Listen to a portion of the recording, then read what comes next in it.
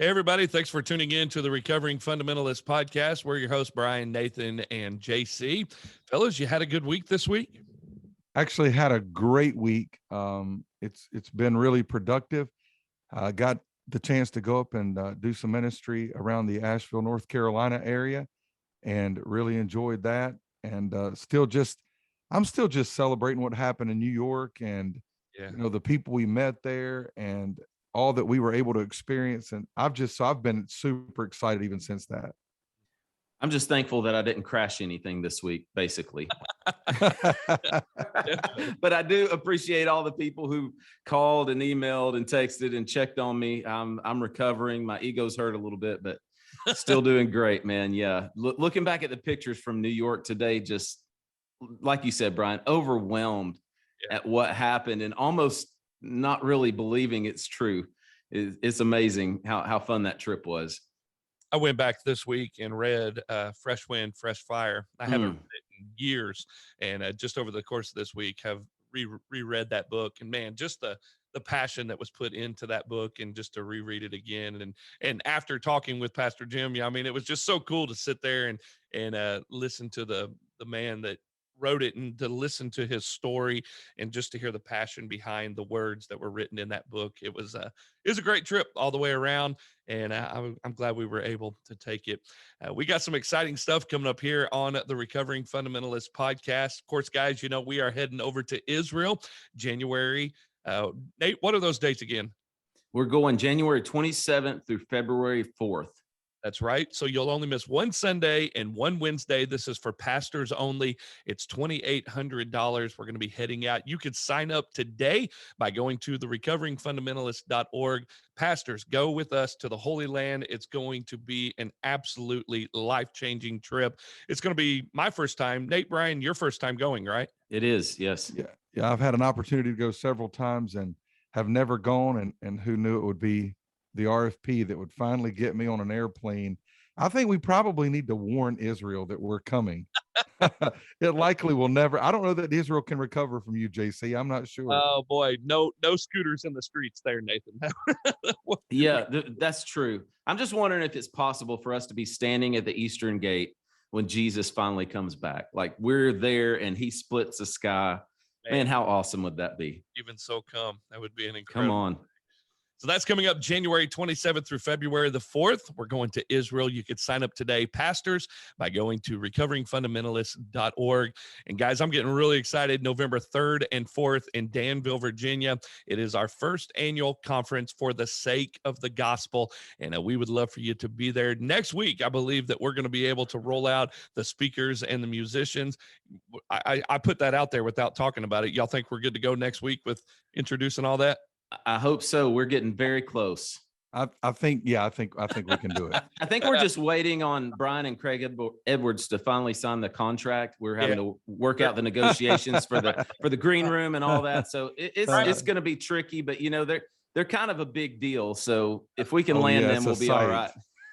Brian keeps asking for Evian water to wash his hair in before. He wants us to throw out all the W's in the M&Ms. I mean, it's unbelievable, all the stuff that's going on in there. It's I'm high maintenance. What can I say? I've earned the right. Yes, you are. We want you to come and be part of the For the Sake of the Gospel Conference. This is going to be in Danville, Virginia. It's going to be November 3rd and 4th, $50 a person. And you can go on August 1st, excuse me. You can go on August 1st and register at recoveringfundamentalist.org. And guys, there's another exciting partnership that we have today that's going to kind of run with this episode. Of course, we have Dr. Tim Lee. He's an evangelist. He's going to be on the podcast with us here in just a moment. And he is a Marine, and we thought it would be incredible to partner up with 9 Line Apparel, and 9lineapparel.com. You could check them out today. But for the next 2 weeks, starting today, this is July the 1st at 5 p.m., you can go to 9lineapparel.com, and under the limited time designs, you'll see the Recovering Fundamentalist podcast. Click on that shirt. It's $25 a shirt, and that shirt is a limited time only. It will only be on sale for 2 weeks. It says "Let Freedom Ring" on the front. It's got our logo on the back. And guys, this is incredible partnership. Of course, Tim Lee's testimony is going to be one that's going to be heard by hundreds of thousands of Marines. They get almost 1 million hits a day on their website, guys. And they're going to put a link to this episode up on that podcast. And Wow. so they reached veterans and guys that are still in the service. And so I'm super excited about that. But RFP fam, this is a great opportunity to go and buy a limited time t-shirt by going to 9lineapparel.com, click under limited time designs, $25.99, and get you a shirt today. Yep. And I want to give a shout out. We haven't done this in a while, but I want to give a shout out to Free Life Soap, because on Father's Day 2 weeks ago, we ordered, I think, 130 bars of soap and gave them out as gifts to our fathers on Father's Day. Man, our church smelled so good. And you've never seen guys so excited about manly, masculine soap. It was awesome. I think she sent us all the smells and scents except for 2 of them. But just want to say a big, huge thank you to Miss McKibben for that. And guys, we still love our Free Life Soap. And hey, she and I had a conversation today. She's ready to start officially being a sponsor with us. So awesome. You'll be hearing that name a lot more here coming real soon. We haven't smelled good since she stopped sending us soap. I have a stockpile, bro. I don't know about you, really? But I'm still good. Yes. Michelle, I'm running out of beard oil. Just wanted to put that out there in case she wants to grab it. So. Well, I learned something through this. Guys, I have a daughter now that's married, and Nathan, Blake, my son-in-law. Oh yeah. I thought when my daughter got married that when we went out to eat, that he would buy her food. Oh boy. I thought when we went on vacation, together, he would take her on vacation. I didn't realize, that when you get a son-in-law, you apparently just get an extra child. Nice. And it's true. And I'm sure blast. I'm sure Brother Tim Lee can tell you that I'm telling the truth when I say this. But and my wife always gives me that look, and she's like, "Don't you say a word." So I know then what I'm supposed to do. But no, in all seriousness, he got into my Free Life Soap. Oh and boy! So now I get a call ever so often. Have you gotten more Free Life Soap? And I know that means that when I'm not here, he's going to come over, and my wife is going to give him my soap. Can you believe that? Well, Brian, if your experience is any like mine, I don't have a daughter that's married yet. But I can remember when I'm married, my wife, my father-in-law used to always take us on vacation. He would pay for everything. He would pay for our meals. He would take me to play golf. And he just always, I'd offer to pay. I didn't have any money, but I would offer anyway, just to be polite. And he would always cover that. But then the day came where I started paying for his stuff. So if you hang in there long enough, Brian, maybe Blake will start covering you at some point in the game. Well, just so you know, he was hating that the whole time that you were making him do that. So I'm terrified. I'm going to have 12 or 6 extra son-in-laws and daughter-in-laws someday. I'm not looking forward to all that. We're not going out to eat. You better win the lottery. Yeah, exactly. Me and my wife were talking about it today. We're like, babe, we need to get a large front yard because it's going to look like a used car lot in our front yard when all these kids start driving. Man, that's going to be a lot of cars, 8 cars parked up front. And then you start getting their siblings in. Can't wait. It's going to be fun. You need to move to a town that has public transportation, JC. I mean, you can buy them a subway pass or a bus pass. Congratulations. Happy 16th birthday. Hey, well, listen, we've got a man here that has so much to say and so many great things to say. I'm looking forward to this interview today. Are you guys looking forward to it? Yes, I am. I think we should jump right into it. Y'all ready? I'm ready. Ready. Let's go.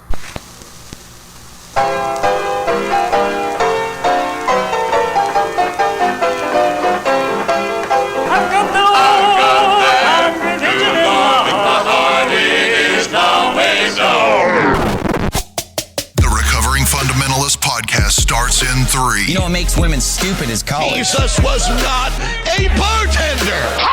2. You have lost your mind. Long-tongued heifers have given me a lot more trouble than heifers wearing breeches, and you know that. Say amen right there.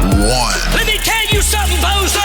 They'll be selling Frosties in hell for this boy puts on a pair of pink underwear. Amen. I sucked my thumb till I was 14 years of age.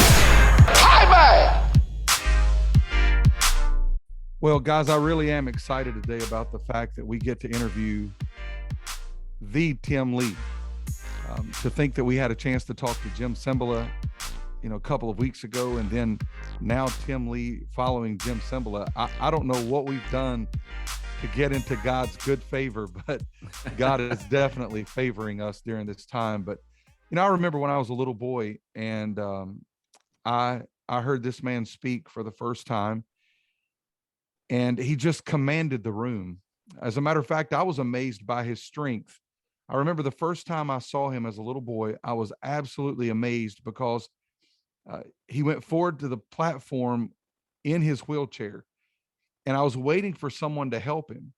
He got out of the wheelchair. He reached down with one arm, grabbed the leg of the wheelchair with one arm, picked it up and sat it on the platform, and then got in the wheelchair himself. And I said, man, I don't know who that man is, but he is incredible to have that. I mean, I struggle at this point to pick up a toothpick. So to think that he was picking up a wheelchair, and then that night, he just made much of Jesus.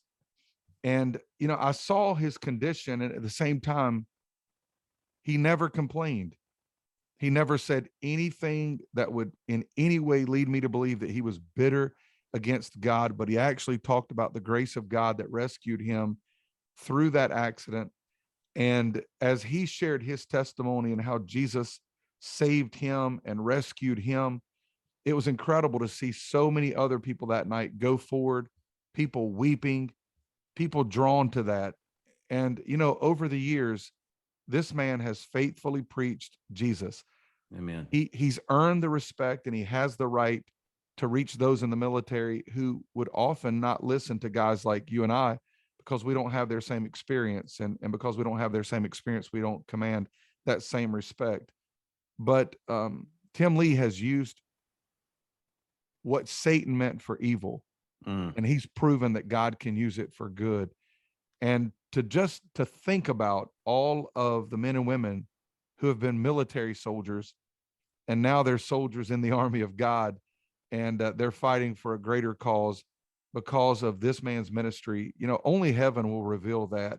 And so I'm excited. I feel like I've known Tim Lee my whole life. I know at least I've known him since I was a little boy. And I don't know exactly how many years, but that's one thing that I look back on and I don't regret. My dad, all those years in evangelism, when he was crisscrossing the country, and my life was a car, a van, a bus, and then we downscaled and went back to a car again. One great thing about that is I had the privilege as a young boy to encounter so many powerful men of God who truly loved God. And I'm so grateful for, even as a teenager, though I had that time of rebellion, I'm so glad for their fingerprints on my life. I'm grateful for that. Man, that's awesome, Brian. I also have a Tim Lee story. When I was 4 years old, my parents packed us up from Pensacola, Florida, put us in an F-100, pulling my mom's, everything we owned in it, pulling my mom's little Volkswagen Bug Beetle on a trailer behind it. And we moved to Ruston, Arcadia, Louisiana, to Mac Ford's girls' home. And the very first year we were there, I think it was the first couple of months that we were there, he had a revival or a camp meeting or something like that. And I remember Tim Lee preaching, and man, the same thing you said, Brian, just the story of what happened to him in the battlefields and all the experience, how he got saved, made such an impact on my life. And I still remember that. But the coolest thing I remember about Tim Lee was after the service, he picked this little 4-year-old boy up, put him on his lap, and he rode me all over that parking lot. And he can pop some of the meanest wheelies you've ever seen. in a wheelchair. And I've always wanted to share that with you, Tim, that I still remember that. And I saw you many times over the years at Southwide Tennessee Temple when I was in high school. And then the last time I believe was at Youth Alive in Jacksonville, Florida. So you've definitely made an impact on my life as well. And I'm excited about this interview. Hey, Nathan, don't you love it when those men you met, like Tim Lee, who actually paid attention to you when you were a kid? It made all the difference. All three of us remember the guys who treated you like you didn't exist. Yep. And then there were those few that actually treated you like you were a big deal.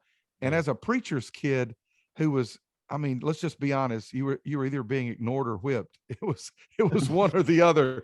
It was pretty cool to have somebody who noticed you and paid attention. Yeah. I almost spit my coffee out all over the computer screen because that's my entire childhood, man. The majority was being whipped. That was it. I think the thing that I love the most about Brother Lee is faithfulness. I mean, you can hear stories. I mean, Brian saying when he was a kid, he remembers you. That's a long time ago. That's a long time ago. Oh, man. Come on now. But I mean, it is an honor to have you on the podcast tonight. I look back at my life, and there are markers in my life that Tim Lee is a part of those markers in where I'm at today as a man, a husband, a father, a pastor. And there's so many, I mean, he's been one of my heroes for a very long time. And to be able to be part of ministry and to get to be today sitting down on this podcast with him. One of the first sermons I ever remembering was a sermon that I believe you preached in the 80s at Southwide, Why I Can't Quit. And to hear your heart then, as a young boy listening to that, and then the night that, I felt the call to preach going up there, and you said, if you can do anything else, do it. And, and then just from other memories in life of big occasions where we were going to spend time together to today sitting here on this podcast, man, I want to thank you for your faithfulness and faithfulness to preach the word and to love people, and hundreds of thousands of people have heard you deliver the gospel, the best news ever. And I love your story. It is a incredible story of how, what I think Brian just said it, what Satan meant for evil, God meant for good. And today I'd love for you, Tim, to share your story. It's one that we've heard, us three have heard, and a lot of our listeners have heard a bunch of times. I can almost quote it because I've heard it so many times, but it never gets old. And every time I hear it, I hear God's faithfulness over and over again. And so if you would share your story with us, it's great to have you on the Recovering Fundamentalist podcast. Well, thank you guys. And it's really an honor for me to be here and share this time with you. I always enjoy being around people that have fun and enjoy life, and obviously all three of you do. Our youngest daughter was in college at Trinity Baptist College, and I was speaking over in Tampa somewhere, and she brought 4 or 5 of her friends with her. I was giving my story that morning, and I was watching her. She was telling her friends my story about 10 or 15 seconds before I would get to the words, and of course they were rolling. I had to give her the eye, so she would stop that. But Brian was 9, and our son was only 9, and he'd heard me give my testimony so many times. My family traveled with me the first 4 years that I was in evangelism, and a 40-foot fifth wheel trailer and a 4-door pickup truck. That was our home. And so after a service one morning, he came up to me very seriously. He's 9 years old. He said, "Daddy, if you ever get sick, I can give you a story for you." And he meant it. He really could make you feel wanted. But so I'm honored to share a little bit of my story. And if I get to going too long, just tell me. I'll stop and we can talk about something else. But I was raised in a pastor's home. My dad was a Southern Baptist pastor and preacher for almost 60 years. He lacked just a few months, being 6 full decades, and he was a faithful man of God, and never pastored large churches, always small country churches. Maybe the largest would have been a couple of hundred, and most of them were 60, 70, 80 people on Sunday morning. But he was so faithful, and ended up being my mentor for many years. My mom, of course, was then a pastor's wife for almost 60 years. And my dad went to heaven 9 years ago, my mom 3 years ago. And but it was raised in a great home. It wasn't a perfect home, but no stretch of imagination. But it was a great home. There's 5 of us kids. There's 7 of us. We live in a less than 1,000 square foot home with 1 bathroom. And you can imagine getting ready to go to church on Sunday morning. There's 7 people want to get in the bathroom. There's only 1 girl, my older sister. There's 4 of us boys. So guess who gets the most time in the bathroom? Of course, it's my sister. But and so when you're a preacher, like you were talking a little while ago, when you're a pastor's kid, you know what you do. You go to church. You go to church all the time. Sunday morning, Sunday night, Wednesday night, every time the doors were open, we went to church. And I tell parents all the time, that's a good thing. That parents need to make decisions. Connie and I got married 50 years ago on April the 28th, and we've never ever had a discussion whether we were going to go to church on Sunday morning. We just knew. And so when our kids came along, they knew that Sunday morning was the time we were going to the house of God. That's the way it was in our home. In our family, we went to church. And when I was only 10 years of age, I was at North City Baptist Church on Sunday morning, January. My dad's church, and that morning I got a conviction. Now I'm 10 years old, so I'm already at 10 years of age. I've heard a lot of Sunday school lessons, a lot of sermons, but that morning was different.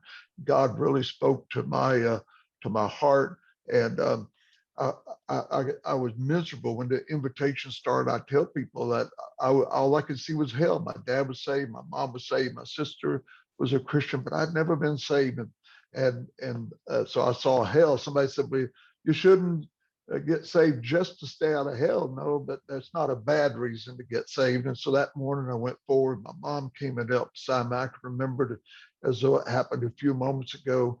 And that morning I repented of my sins, asked Jesus to come into my life. And as a child in my own simple language, as a 10-year-old boy, and that morning God saved me. And I was so excited about it. I was told my family and my friends and people, I was not ashamed of it. And as a child, I thought that was the thing you were supposed to do, tell everybody that you just got saved. And I did. But then when I became a teenager, something else happened. And it never had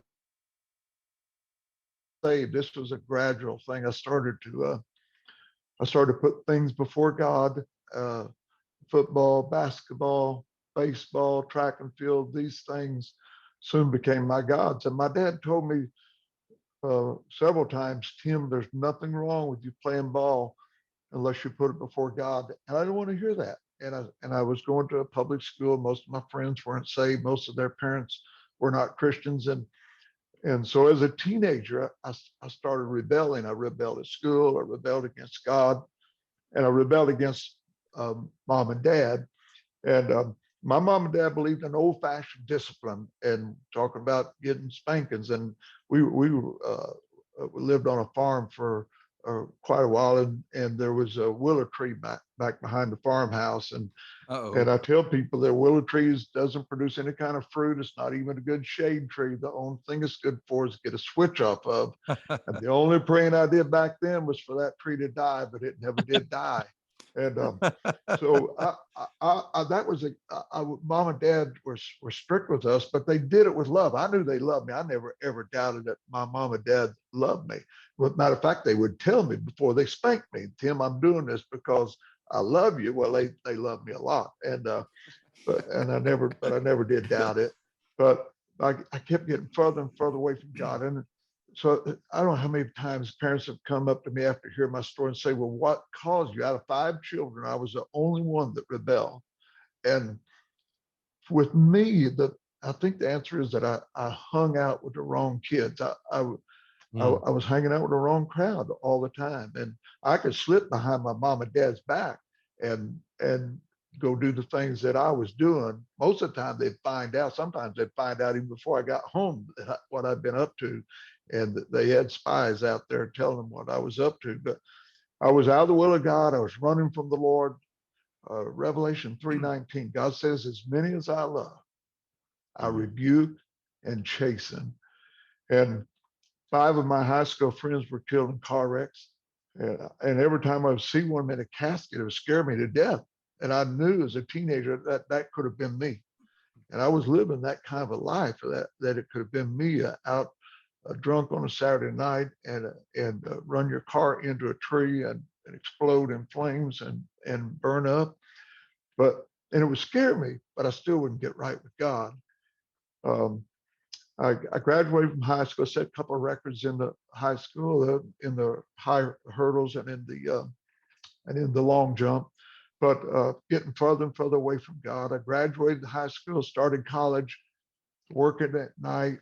I ended up getting fired from my job, ended up getting kicked out of college, and my life was a mess. And again, I'm one of 5 kids, and I'm in a preacher's home, and I'm the only one that's like this, that's rebelling. And I didn't think it'd get any worse. I was kind of embarrassed with my own life at that time because I was a failure. I messed everything up. And walking down the street in my hometown, I saw a sign beside the post office that said the Marines are looking for a few good men. And I was so full of myself. I really was. I was so egotistical. I don't think I can say it with an overemphasis. I was struck on Tim Lee. I went in and told the recruiter that I found what they were looking for, talking about myself, of course. And I tell young people, I was tired of living at home. I was tired of being told what I could do and could not do and how to get my hair cut. So I joined the United States Marine Corps. Out of the frying pan and into the fire. And so I went to Paris Islands, South Carolina, boot camp.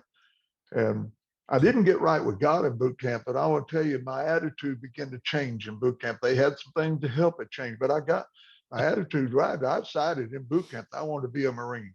And I graduated with a meritorious promotion with the ITR, the engineering school at Camp Lejeune, and another meritorious promotion. I was a Marine, man. I was gung-ho Marine all the way in. And is even already thinking about making a career out of the Marine Corps. For the first time in my life, I felt like I was doing something with my life. I wasn't right with God, but I honestly felt like I was doing something successful with my life. And I got my orders that I was to go to South Vietnam. And this is 1970. And I had 3 weeks leave. I went home to Illinois, Southern Illinois, spent those 3 weeks with my parents. I went to church on Sunday morning. I remember it well. Before I was to leave on Monday, I went to church. And that morning, I thought that I had got things right with God. And Mom and Dad took me to St. Louis. The next day, I got on that plane, no more got off the runway. And basically, I told God I couldn't do it. These were Marines. And I figured they'd make fun of me. They'd laugh at me. And so I basically welched on the promise that I made the day before.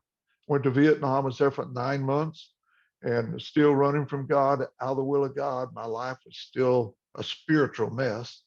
And on March the 8th, 1971, 1:30 in the afternoon, leading my men on a mine sweep, I stepped on a 60-pound box mine and blew me several feet up in the air, ripped both my legs off of my body. I should have been killed instantly. It was a big enough mine to destroy a Jeep. We had to enter a major minefield, and at that very moment that I stepped on a mine, a South Korean Marine that served with us stepped on a mine, lost one of his legs. Our bulldozer driver set his blade down on a mine. And so there's noise, there's smoke, there's confusion. Some of the men think we're taking on small arms fire. We're not, but it sounds like it because of all the noise and the confusion. And so that day, my best friend was walking with me on that mine sweep, Corporal Lee Gore. Lee and I flew to Vietnam on the same plane, and we were the best of friends. And he was a Christian, living for God and saved and witnessing, sit down on his rack and read his Bible. All the things that I knew that I was supposed to do. I was raised, I was taught, and yet I wouldn't do it. An interesting side note, Con and I just observed our 50th wedding anniversary. I didn't know it, but Lee Gore and I, we stayed in touch all these years. Lee and I, him and his wife got married a month later, a month to the day later than Con and I did, and they just celebrated their 50th That's awesome. wedding anniversary. But that day, with my head in his lap, all this confusion, all this stuff going on, I was only unconscious for a couple of moments. And I knew I'd been hit, didn't know how bad, but I looked up, tears streaming down his face, and he's crying out loud and praying and asking God to help me. And I'll never forget it as long as I live. That day I prayed, I cried out to God. I didn't want to die. I wanted to live. And so I prayed a simple prayer. It was something like this. I don't remember the exact words, but God, if you'll let me live and get back home to mom and dad, I'll do what you want me to do. Well, guys, I'd promised God so many promises on so many occasions, but I never meant it like I meant it that day. They came with a medevac chopper, carried me to the hospital ship, USS Sanctuary. Second day I was on that ship, a couple of doctors, they honestly didn't think I was going to live. Dr. Robert Bailey was one of those doctors. If you'll remind me later on, I'll tell you a miracle story about Dr. Robert Bailey, but he told a congregation in Garland, Texas a few years ago that they didn't think I would make it because of the seriousness of my wounds, the infection has run a high degree temperature complication. But God had a plan for my life. I lay on that hospital ship for 2 weeks. They took me to the island of Guam to the Naval Hospital, where I was at the next 2 weeks, unconscious most of that time. According to my medical records, run a constant 105, 106, 107 degree temperature, serious infection. They couldn't get it under control. I do remember times when they would pack me with ice, and then times when they would pack me with hot blankets, trying to break my fever. And my mom and dad, they received visits from the Marines, showed up at their front door. My dad was roofing a house. My dad was a bivocational pastor, and roofing a house 30 miles away. And the Marine wouldn't tell my mom. She thought I had died, but he wouldn't tell her anything until my dad was there. So my mom was just a nervous wreck. And but the Marines came, the Red Cross came, numerous telegrams, and from what my mom and dad knew early on, they didn't think they'd ever see me alive again. I went from 187 pounds, less than 80 pounds. And, but yet God had a plan for my life. And I came back to the Philadelphia Naval Hospital, where I spent the next 8 months, long months, surgery after surgery after surgery. And, but God had a plan for my life. I want to go back and tell you about Earl Lewis. Earl came to hear me in Dayton, Ohio years ago. Earl was the 5th man back on the mine sweep that day. He told Connie and I that it looked like someone took a 5-gallon bucket of red paint, just poured it all over me. And Earl had only been in Nam for 6 weeks. And so he never thought he'd see me again. He was in a grocery checkout line in Dayton, Ohio, and he sees a brochure on a poster board. And he says to the lady at the check, I know that guy said he's not supposed to be alive. She said, well, obviously he is. And he packed all his groceries up, even his perishables, put them in the trunk of his car, and came to where I was speaking. Wow. And was it Faith Baptist Church in Dayton, Ohio? The place was packed out that night, over 1,000 people that were standing around the walls. And afterwards, he came and said, do you know who I am? Well, I didn't recognize him. And he had hair down to his shoulders, had a motorcycle jacket on. And he said, he told me who he was. Well, I didn't know Earl real good when I was in Vietnam because he'd only been there for 6 weeks. Well, I came back after that church a year later and preached a Sunday through Wednesday revival crusade. He came every service. And on Wednesday night, I preached on the great white throne judgment seat of God. And when the invitation was given, he was the first one down the aisle. And I told Pastor Lynn that night, I said, you take over the service. I'm going to lead Earl, the Lord myself. I had the privilege to lead him to Christ. And then What a blessing. Brian, I don't know whether you remember this or not, but one of my buddies came to your church when I was with you and Ray Birchie. Yes, and sir. Ray was the radio man on the mine sweep that day. And he went out to eat with my family, and my whole family was with him. Oh, I think most of my family was with me that day, and we went out to eat. He handed me his radio logbook that he kept for all these years. He said, look, I've kept this for 35 years. On the inside on that day, he's got all the names of the guys on that mine suite. And beside my name, he's got possible KIA, which he and all my men thought when they put me on the medevac chopper that I wouldn't make it to the hospital ship. Yes, sir. Well, Ray came back to hear me 3 years ago in Warren, Ohio. And he came for the first service, and they had 3 Sunday morning services, and he came for the first service, and I came back and talked to him. I thought he would leave, but he stayed for the second service. Well, the second service conviction really came, and when the invitation was given, he was the first one down the aisle, and he gave Praise the his heart Lord. to Christ that day. Awesome. And so I tell people, God had a plan for my life.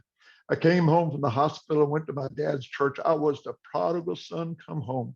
And I went forward and I asked the church to forgive me with brokenness and conviction. And of course they did. They, with arms wide open, they welcomed me home. And in that church, I met Connie. We met in a Sunday school classroom. We fell in love and were soon married. God's given us 3 wonderful children, 6 awesome grandchildren. Our 16-year-old Allie was killed in a tragic ATV accident 5 years ago. She's in heaven, and such a great young lady. But God's been so good to me. I'm in a wheelchair. I don't have any legs, but I never ever want pity. I don't want anybody to ever feel sorry for me. There's no one that's enjoyed life any more than I have. I have fun. When Con and I got married, I bought a horse. I rode horses for years, go swimming, fishing, went through the Alaska tundra on my hands, my butt for nearly 2 miles. Some of the roughest, wickedest terrain in the world, shot a nearly 7-foot tall black bear, skinned it out, and went back the same 2 miles. So I like it. I enjoy parking in the handicap spots, but I'm not nearly as handicapped as I look. So that's my story, and you're welcome to ask me a question. We can do anything y'all want to do and talk about, but I'd really like to tell you later on how God called me to preach and what all happened in that area of my life. But that's my testimony. Man, that testimony is so powerful. It doesn't matter how many times, guys, you hear that story. I mean, I'm sitting here on the verge of tears and just thinking about how incredible it is. Brother Tim, I do have a question. I heard a story about you over the years, and I never, as many times as I've been around you, I've never asked you. But one night there was a bunch of pastors and evangelists sitting around a table at some greasy spoon after a revival meeting, and they were talking about what a man's man you are, and they were talking about the fact that one of the guys had been bear hunting with you and saw you drag a bear yourself. Is that a true story? Because I was listening to that story that night, and I mean, you might as well just put an S on your chest and bought a cape.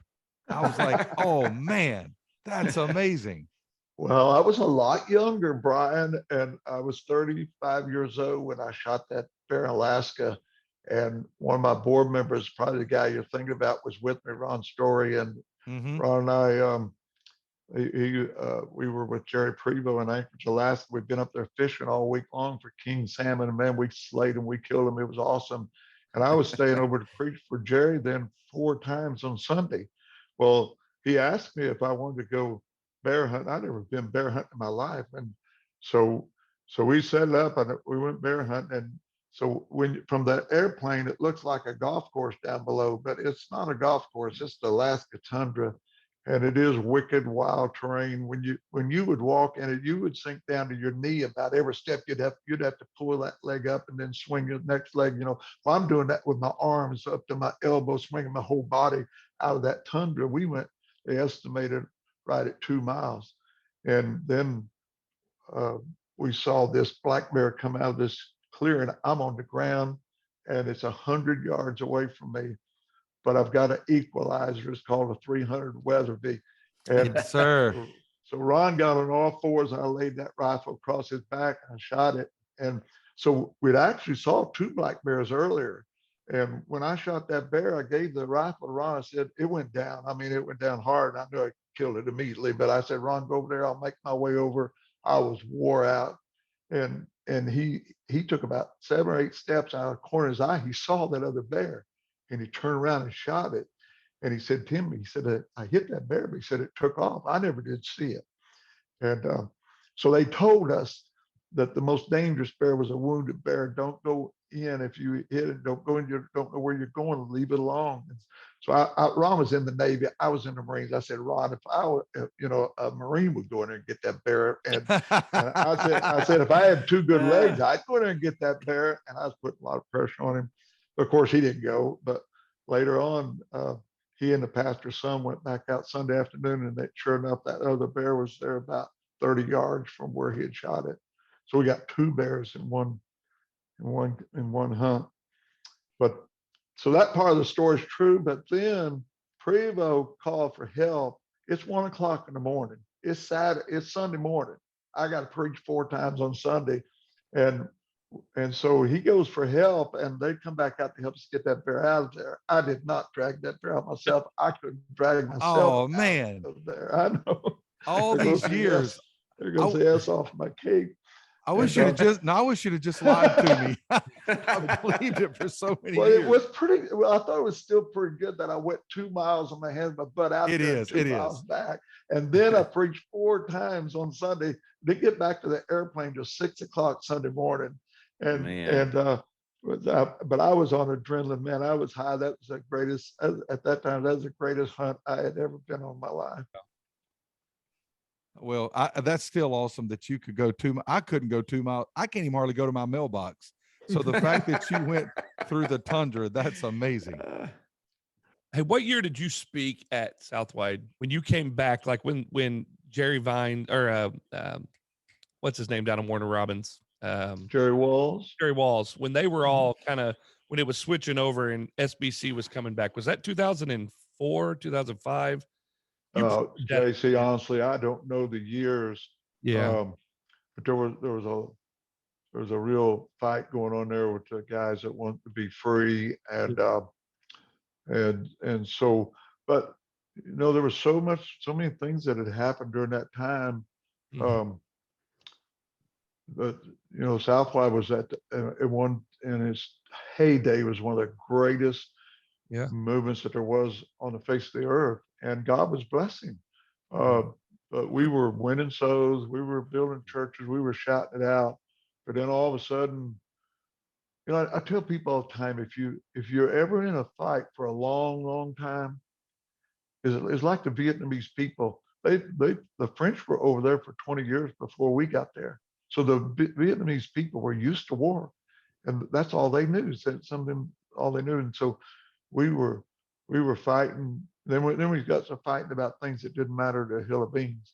And that's when I think God took his hand off of our movement, because it wasn't honoring God. It wasn't pleasing the Lord. But I remember going to Southwide, and I've had Jerry Vines told me, and Johnny Hunt told me, numbers of Southern Baptist pastors told me, said, we used to come to that conference all the time. Said there wasn't anything like that in Southern Baptists in those days. So they would come to those early conferences and get good preaching, go back fired up.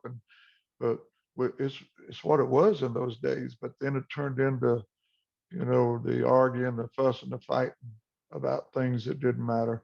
What did you do when that switch kind of took place? And I remember I was a student, I believe one of the last years of Southwide when you came in and spoke. There was kind of protesters outside. There was a lot of people that were angry that the SBC was coming into the Southwide. Like, what was your take on that? Like, and why you came back and spoke that year at Southwide? Well, Dr. Lee Robertson had said the first time that I spoke at Southwide, Dr. Robertson got up and he made this statement. He said, as far as I'm concerned, this man can speak every year at Southwide. They gave him a standing ovation. And so I spoke there for years, every year. But then some of those guys began to, I was preaching Southern Baptist churches, but I had always preached in Southern Baptist church. They just didn't know who I was back in those early years. Yeah. But then the sword of the Lord turned on me, and they would turn on Dr. Falwell at the same time, and so they wrote 19 articles about me. 2 of them were front page articles, and most of them were filled with lies and innuendos and half truths, and so and I never have figured out 100% reason why, except it was all this Southern Baptist deal. But I think it was more than that. I think a lot was jealousy and other stuff that was going on. And so I preached for Charles Stanley. I preached at First Baptist Church of Atlanta, Georgia in 1980.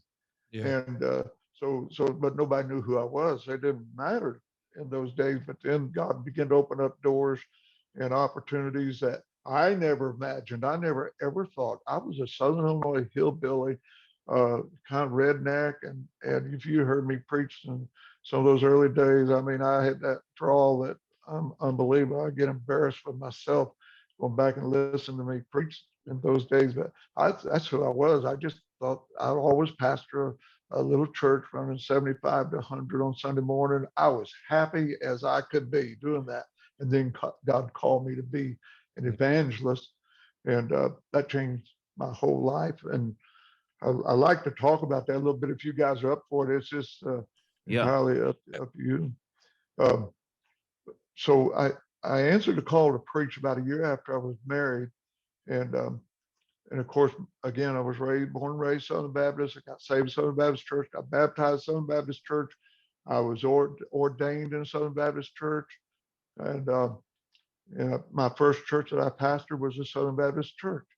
But when I got back to Southern Illinois, man, I was so hungry for God. I could not get enough. When I got right with God, I got right with God. Yeah. And I go down to my dad would preach. I don't even know what he preached on. I just get so under conviction about stuff. And I go down broken and just want to be right with God. And so then when he called me to preach, I know friends even tried to talk me out of it. Some of my family tried to talk me out of it. Said, Tim, it'd be so hard doing this in a wheelchair. They'd never seen a preacher in a wheelchair in their whole life, and yet I knew this was God's will for my life. And so I preached around Southern Illinois for about a year. And like I said, Evansville, Indiana, St. Louis, Missouri area. And I was preaching in a lot of meetings, staying real busy. And then a church in Pinckneyville called me to be their pastor with a good vote. And everybody thought I was going to go, but God said no. And my dad even told me, son, church run about 130 on Sunday morning, offered me a nice salary. This is going to be a full-time church. And my dad says, son, an opportunity like this doesn't come along for a young preacher very often. I said, Dad, I know this is not where I'm supposed to go. And so then two deacons from Delafield Baptist Church came to hear me preach way out in the middle of nowhere. And they talked to me. They said, would you be interested to come being our pastor?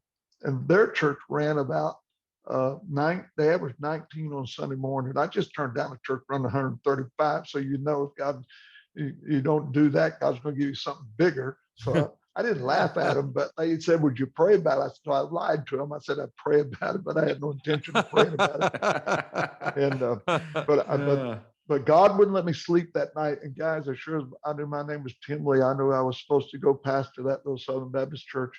And I went to Delafield Baptist Church. Is averaging 19 on Sunday morning. The average offering was $54 a Sunday. My salary was $35 a week. And we were in church, 26 churches in our association. We were last in everything, last in baptism, last in church membership, last in giving, everything. We were at the bottom of the list and everything.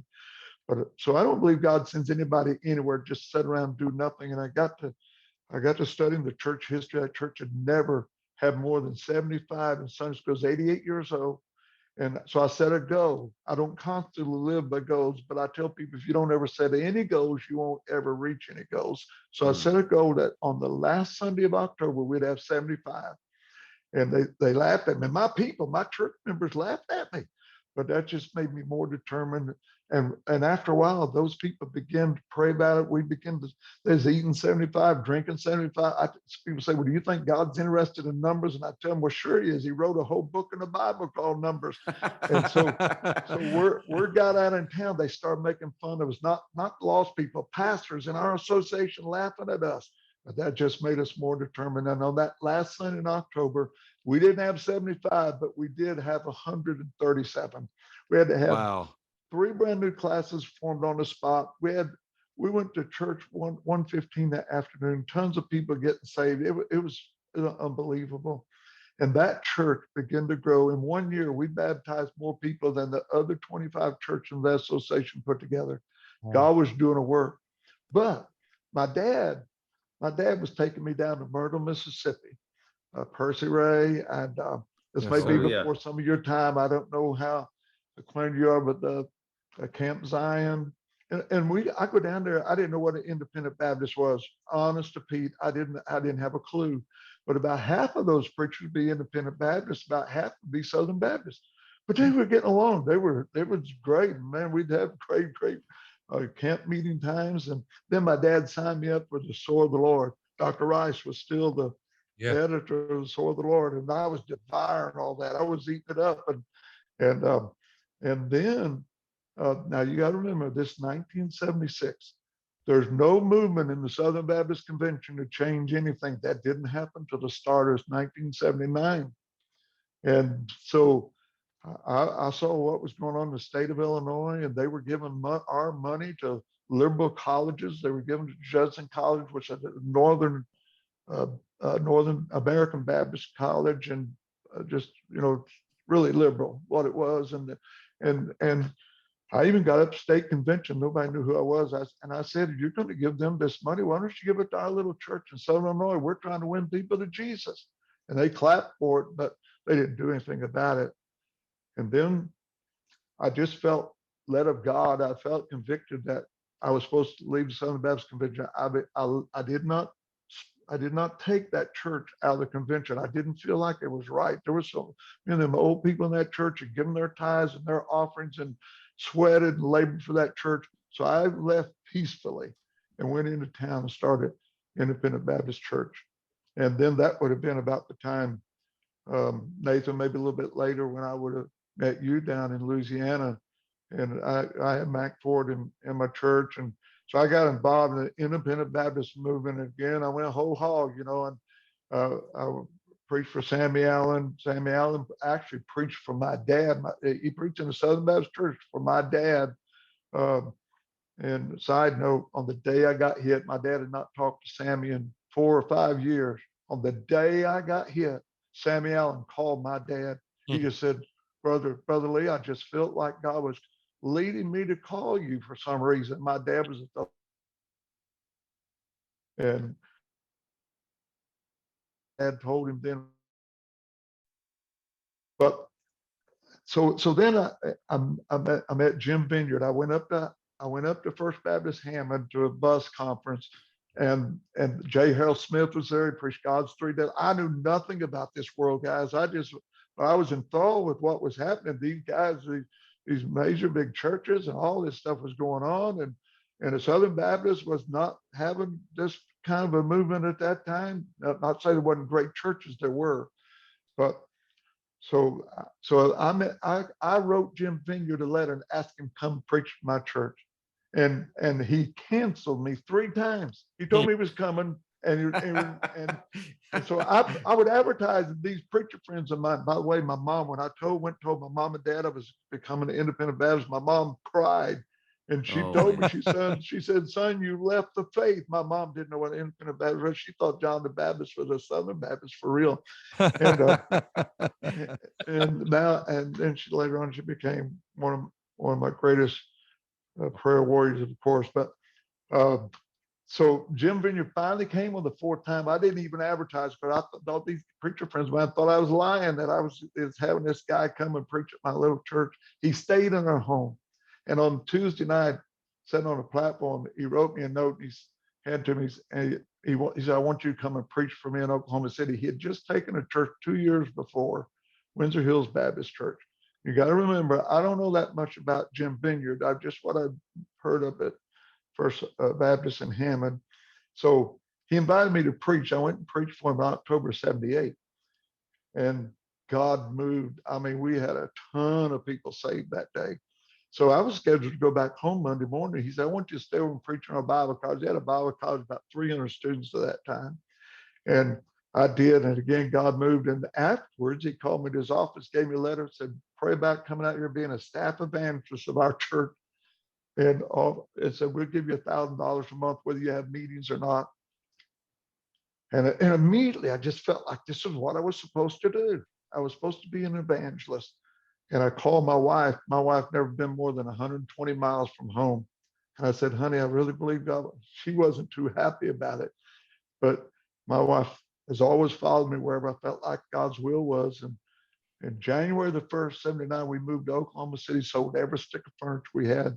And I started an evangelist in Oklahoma City. Jim Vineyard was at that time I thought he had his head screwed on right. I thought he loved people, but then later on, he became very mean, became so mean toward people and hurt people.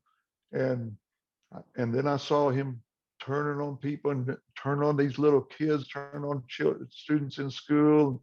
One boy that I knew his dad and mom so well, they said that boy's worthless. And I thought, well, my son may get in trouble one of these days. I don't want my pastor to say my boy's worthless. And Yes, sir. so went in and talked to him, and this time my eyes are getting wide open to what's going on in the independent Baptist movement and fundamentalism. And I was the Pharisee of Pharisees. I would get up and make statements like, hey ladies, God said let your light shine, but he didn't mean your tail light. And I mean, I had a whole montage of him, and people would laugh. But I wasn't a mad fundamentalist. You met the mad ones, but I was, I was funny, but I was still wrong. And but God woke me up and did a work of grace in my life and my wife's life. And in 1986, we moved to Garland, Texas. Pastor Gary Coleman, and Brother Gary's an independent Baptist, but he was as different as daylight and dark from him and Jim Vineyard. And I'm telling you, if I had not got my kids out of there when I did, I believe I would have lost all three of my children. I really believe that I would have lost my kids. And so I know what you guys have been doing. I know there's some fun stuff and some laugh stuff. It's also a serious thing because I've helped a lot of preachers get out of that stuff, and I still leave the door open for a lot of these guys to call me up, and they say, "Brother, what I do?" And I'll lead them, and I'll lead them the steps, And you got to think of your family first. You got to think of your wife, your kids, and understand. So God moved me out of that, and I've been a free man ever since. Amen. And I love being free. And I preach. I still preach in a lot of conservative independent Baptist church. But I tell people I don't mind them having convictions. I don't mind them having their standards as long as they're sweet about it, as long as they're nice about it, as long as they're Christ-like about it. When they're mean and they want to force down me what they believe, and then they're going to break fellowship because I won't be buddies with their friends. I tell them, hey, if I have to hate your enemies in order to be your friend, then we can't be friends, because that's not the way it works. And so God did that work in my life, and I feel like it's important that I share it, because there may be somebody listening tonight that's on the verge of saying, I need to be free. I want to be free of these man-made rules and all this stuff. They just don't know what to do. Yeah. Wow, that is so good. That's awesome. Tim, I appreciate you saying that, because I've talked to probably 3 people today that are struggling with this type of situation. And I've said this a lot, that I believe in personal standards. I have personal standards. I believe the Holy Spirit does lead people to do things, and convictions. There's nothing wrong with that. But when your personal standards become something that you enforce on other people, exactly, that's no longer a personal standard. And when your personal standard becomes a litmus test of holiness, something that you look at other people and say, oh, well, they're closer to God because they do this, or they're not close to God because they don't do this, or they do something that I would never do, that ceases from being a personal standard. And that's something that's a measure of holiness. And that's where it turns into legalism. So, exactly. Thank you for explaining that. And thank you for standing up. And I also want to say thank you for being willing to fight for our freedom, because I was born and raised in a free country, and my dad wanted to go to Vietnam. And I think he had a couple of his brothers that were there, and he wasn't able to go. But I've lived in this free country, and I've enjoyed a lot of the freedom that you purchased. And I appreciate you doing that. And I did want to ask you a question, because we see a lot of what we might call American nationalism or Christian nationalism now, where people basically worship America. And people spend a lot of time in churches talking more about America than they do about Jesus. And when they are talking about Jesus, they talk about him like he's the president of the United States. So where is the fine line? Because JC, Brian, myself, we're all three highly patriotic. And I believe it's okay to be patriotic. I think if you live in Iraq or Iran or Israel, you need to be patriotic for your country. That's where God's placed you there. But we're Americans, and I don't think there's anything wrong with that. But what is that fine line between this nationalism that's basically idolatry and being a patriotic Christian? Yeah, I've had other people ask me the same question on occasion, and there is a fine line. I grew up in that Southern Baptist church, and we had vacation Bible school for 2 weeks every summer. And every day we would march into the church, we'd line up outside, and one young person would have the American flag, one young person have the Christian flag, another person have the Bible. Yep. And we go into the church, and we get in our seats, and then the flags were up on the platform and the Bible, and we say the Pledge of Allegiance to the American flag. We say the Pledge of Allegiance to the Christian flag. We say the Pledge of Allegiance to the Bible. It was just the way we grew up. Yeah. But no one was worshiping the flag, and so I think there's, we take things to an excess, and I think that's what's happened on occasion. Now, let me tell you what happened in the 1990s. I preached twice, 91 and then in 93, for Dr. Adrian Rogers, Bellevue Baptist Church in Memphis, Tennessee, at that time, probably the largest Southern Baptist church in America. And they had every summer during those years, they had what they call Celebrate America. And they would have Friday night. You had to have a ticket to get in. They didn't sell the tickets, but you had to have a ticket, because they would 2 or 3 months in advance, you couldn't even find a ticket. And the auditorium held 7,000. They had 7,000 theater seats, so they knew how many people was there. Friday night was full. Saturday morning was full. Saturday night was full. Sunday morning, first service. Now, Sunday morning was different services than all this other Celebrate America. And I preached the gospel on Sunday morning. And first service had about 4,000. The second service be packed out. And then they had Sunday night to Celebrate America. They would have a cast of about 2,000 people, and they would celebrate America. And then right in the middle of all this program, Dr. Rogers would bring me up and introduce me, and I would give my story, basically how I gave it a while ago, only, in a church way that I do it all the time. And I would give an invitation. And both of those events, we had over 500 people come to Christ. Now, they weren't worshiping the flag at all. I think that was good for those young people to see a love for America, but they did that one time a year. Now they would respect their veterans on Veterans Day, and they would honor, have the men stand up, women stand up, play their theme song for their military. But then that was over. They go into worship and sing worship songs and have a Bible message, But I do think people take it to excess. I'm gonna be at Prestonwood Baptist Church this coming Sunday, and it's a Celebrate America Sunday. That's their advertising it. That's the way they're promoting it here in Plano. But I tell people, we don't worship that flag.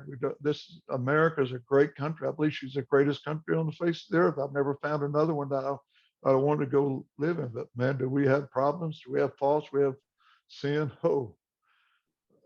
Yes. So I think everyone has to find out where they're comfortable. I'm not going to ridicule anyone else, make fun of them for not having a flag in their church. If that's what they believe they ought to do. I just know that when I grew up, all the churches had flags in them. Everywhere we went had American flag, Christian flag. So I'm not going, but I don't make a deal about that. There's a lot of guys that make a deal one way or the other, big time. And I don't think it's a reason to split hairs or to lose fellowship over. But I'm a very patriotic person, and I am a flag waving American. And there have been times when I've been in church where I felt like it did get carried away and that it was too much.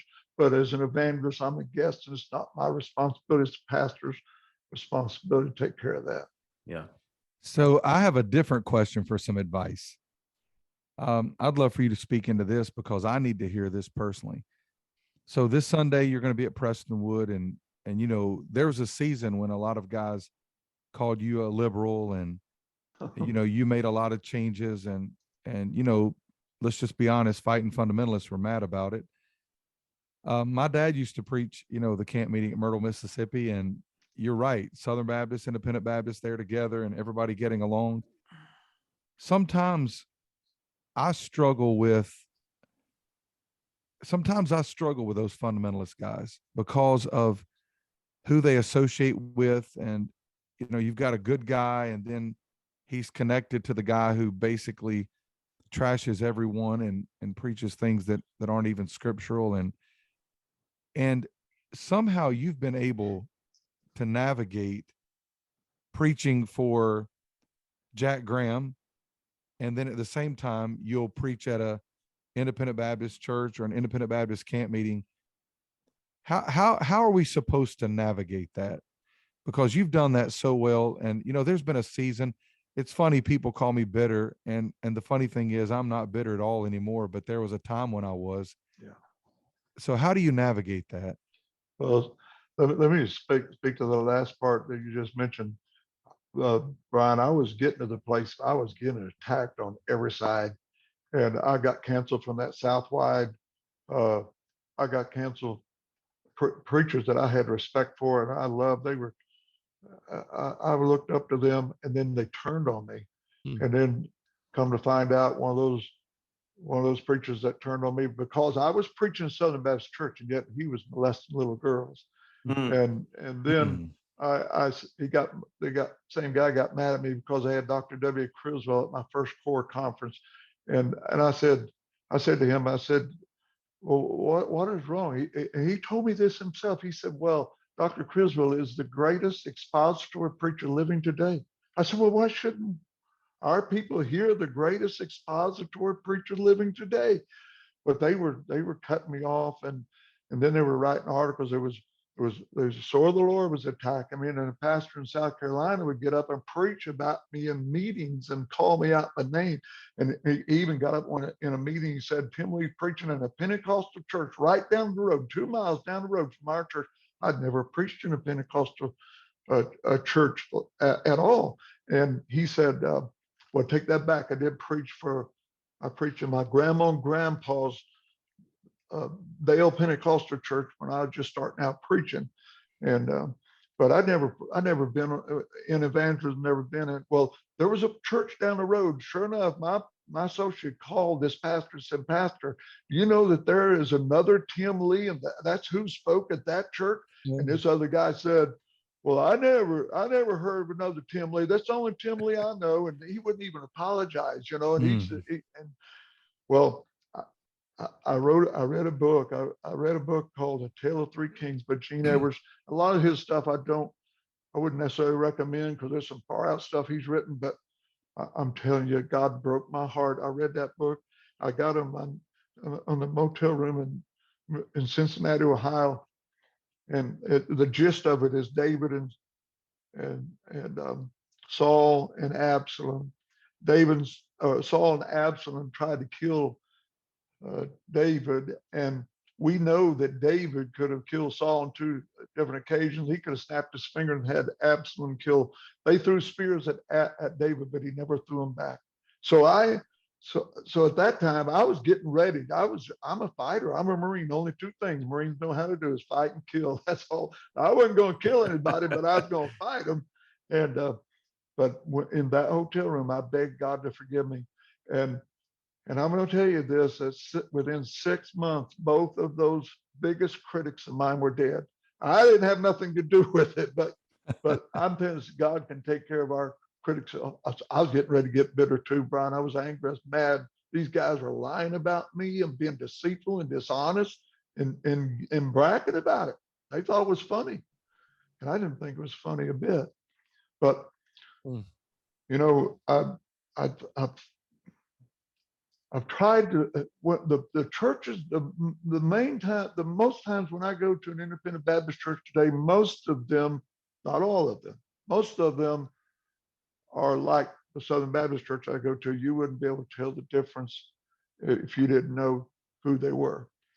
And now there are some difference. I've preached in some churches where they were independent Baptists, they were fundamental, they had standard conviction, but they were nice about it. They were sweet. They loved me, and they never ever one time told me what I could preach, what I couldn't preach, or who I could preach for, who I couldn't preach for. If that's a test of fellowship, then we can't have fellowship. Yeah. And so I don't know. Lester Roloff was kind of that way when he preached for Southern Baptist churches till he died, till God called him home. He preached for a Southern Baptist church in Mount Vernon, Illinois, every year. And yet, he preached for Bob Jones University, he preached for Dr. Rice, he preached for Jerry Falwell, he preached for Word Alive, he preached for all those guys. And so when God began to open these doors, when I got my act together and decided I wasn't going to fight these guys, when I could tell you more stories than you could shake a stick at, these critics and these guys write these letters. I mean, I'm debating on whether to talk about it or not, but I don't want to be mean spirited, but I mean, they were doing the very things they were accusing me of. Yeah. And I had the evidence, I had the proof, and I finally did send out a letter to 7,000 preachers on who changed the rules and when did they change. And that was when all the noise kind of calmed down right there, because then they knew I had the evidence, I had the proof that these guys were lying and they were doing what they were accusing me of. So the people that have me today, they know me and they know what I'm about and they know where I've been. And I may write a book about it here sometime, but and again, I want to be careful that I'm not throwing spears. I don't want to chunk the spears. I don't want to become the bitter, angry guy that, and I don't, guys, I think you're fine.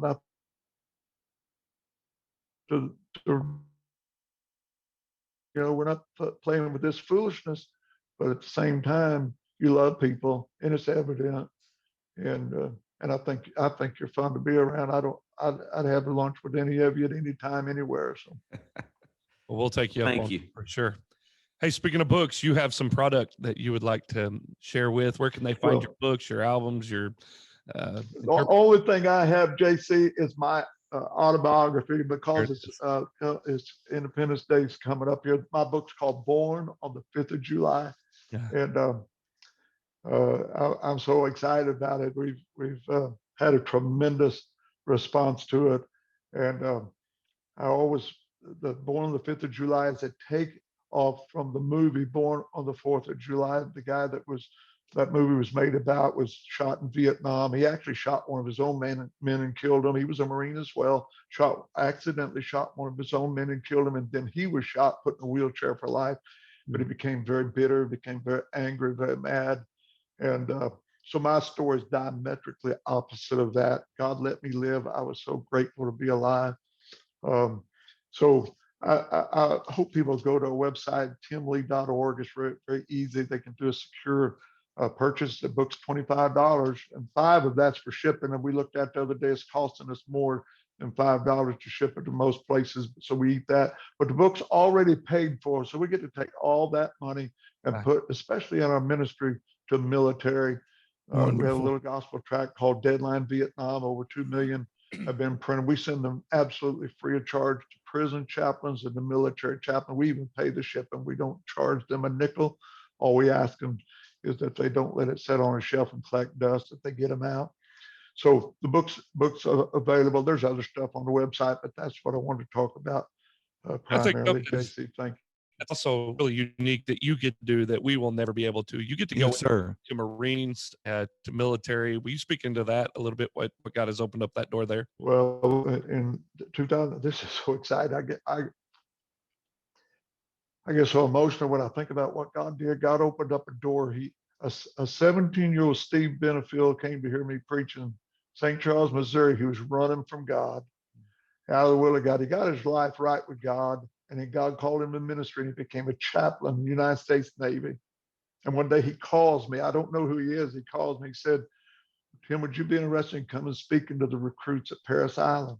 That's where I did my boot camp. I've spoke at a lot of military bases, but a lot of them are what I call a gratuitous invitation. They want me to come and talk for 10 minutes and then do a plaque or an award. And I'm not totally against honoring preachers with a plaque or award, but the older I get, the less appeal those things have for me. And so I said, well, tell me, I said, what's this about? He said, well, it's Sunday morning chapel. He said, you'll have an hour and a half. I said, an hour? And I said, well, are there any restrictions? He said, Tim, you can say whatever you want to say. And so, making a long story short, we brought a band in. Mark Ivy bringing his worship team in from Jacksonville. We've done 31 events there. We go every 12 to 13 weeks. And we average about 2,500, 2,800 in attendance. We've had as many as 4,500. Oh, wow. No one is required to come. It's totally voluntary. But the only other option they have is to stay in squad bay with the drill instructor. And they don't want to do that on Sunday morning because they know that's going to be bad. And so Mark gets up and leads in worship and praise. Until you hear 2,500 Marines and Marine recruits singing God's Not Dead or 10,000 Reasons, it'll blow your mind. And it put goosebumps on top of your goosebumps. And then I get up and give my story, my testimony. And then at the end, I give a very clear presentation of the gospel. Make sure they understand what it is. And then I give a public invitation. And again and again and again and again, we've seen 1,000, 1,500, 1,200, 700 get up out of their seats and walk with tears and brokenness and conviction and come and give their hearts to Christ. I've been able to take, I'm able to take 5 or 6 guests with me each time. Every single one of them, tell you, they sit there and cry too. Every time I sit there and cry like a little baby because I can't believe it's only God could have put that together. Well, so now I need you to pray, and your folks that are watching this podcast, when COVID hit, they shut everything down. So everything's run by the chaplains. You got great chaplains. You got some chaplains, it's just a job. And so I got new chaplains there now that don't know anything about what we did. And so we're having to struggle to get back into the door. I think it's going to happen. I can't tell the reason why, but I think that's going to happen, and maybe happens soon. That's our prayer. Just pray that God reopens that door. The devil's used COVID to see way too many people defeated and ministries defeated. So we're praying that this door will open back up. Well, brother, no doubt you have, God has used you in your story. It's a prime example of nothing will be wasted in life. And God has taken everything, the good, the bad, the ugly, and he has used it with your faithfulness and to preach the word to literally thousands of people.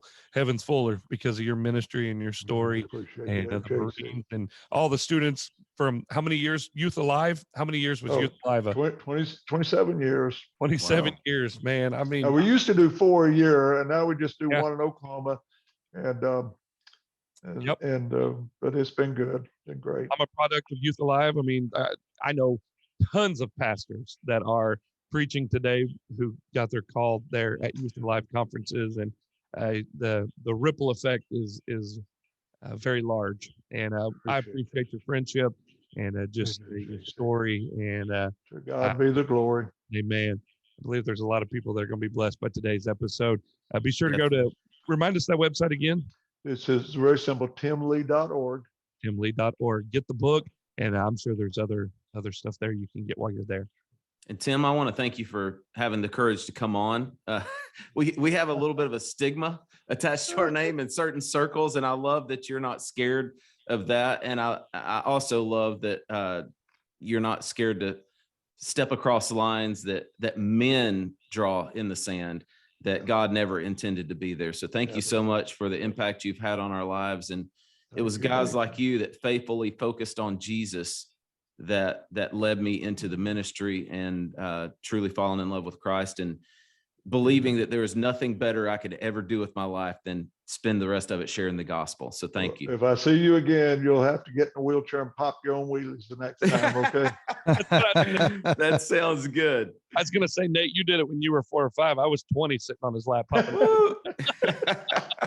So, Brother Tim, before we close the episode, you've given the gospel so many times. And, thankfully, through this partnership that we have for the next couple of weeks, there's going to be potentially so many military who will hear this episode. How would you encourage them to trust Jesus and turn to the gospel? Well, it is the greatest story ever told, and it never, ever, ever gets too old to tell again. And I love to tell the story. And how that God so loved the world that he gave his only begotten Son, that whosoever believeth in him shall not perish, but have everlasting life. And God loves you so much, no matter where you've been, no matter what you've done, no matter what your past has in it. Jesus died for sinners. I'm a sinner. All three of these men that are with me right now are sinners, and we all needed a Savior. We couldn't save ourselves, and joining a church won't save you, and getting baptized won't save you, and living a good, clean, moral life won't take you to heaven. Only Jesus can do that. And Jesus, 2,000 years ago, hung on an old rugged cross, suspended between heaven and earth. And on that cross, he shed his blood. And on that cross, he died. God's only Son died. He died. But he didn't stay dead. This is what separates Christianity from every single religion on the face of the earth, because 3 days later, he got up from the grave. Think about that. Bodily, physically, he got up from the grave. Amen. Victorious over sin, over death, and over hell. And today he's alive. Now, hey, that's the good news. And here's the great news. He wants to come and live in your life. You're listening to my voice right now, and you're not 100% for sure if you were to die, that you would go to heaven. You can have that assurance right now, simply by confessing that you're a sinner. Say, God, I've sinned. I've broken your law. I've done wrong in my life, and I need a Savior. And then you invite Jesus Christ to come into your life. The Bible says very plainly, whosoever shall call upon the name of the Lord shall be saved. You can pray a simple prayer done. Don't save you after the evangelist, but it's your coming to the place in your life to confess that you're a sinner, knowing you can't save yourself, turning to the one who died for you and the one who arose from the grave, and just say something like this: God, I know I'm a sinner. I can't save myself, and I'm asking you to save me, to come into my life right now, this very moment. I'm trusting Jesus Christ and him alone as my personal Savior. Take me to heaven when I die, for I'm now your child. And God doesn't lie, friend. When God says he'll save you, he keeps that promise. You're his child, and you're his child forever. Thank you, guys. Amen. Man, I love that. Amen. Bro, it's been good having you on today. Thanks for being here on the Recovering Fundamentalist podcast. And if you will, go to 9lineapparel.com, July 1st through July 15th. It's a limited time design, $25.99. You can get that RFP Let Freedom Ring t-shirt, and that's what we're going to do. All right, guys, it's been a great day. Thanks for being here with us, Brother Tim, and we will see you next week. Y'all have a good week. Be sweet. Peace. Thanks for listening to the Recovering Fundamentalist podcast. Be sure to stop by our social media, Facebook, Instagram, and Twitter. Give us a follow. Also, go to our website, recoveringfundamentalist.org. That's recoveringfundamentalist.org. There you can find Recovering Fundamentalist swag. You can get your t-shirts and hats. You can join our ex-Fundy community, see where we're going to be having some meetups. It's the recoveringfundamentalist.org. Be sure to join us next time for the Recovering Fundamentalist podcast.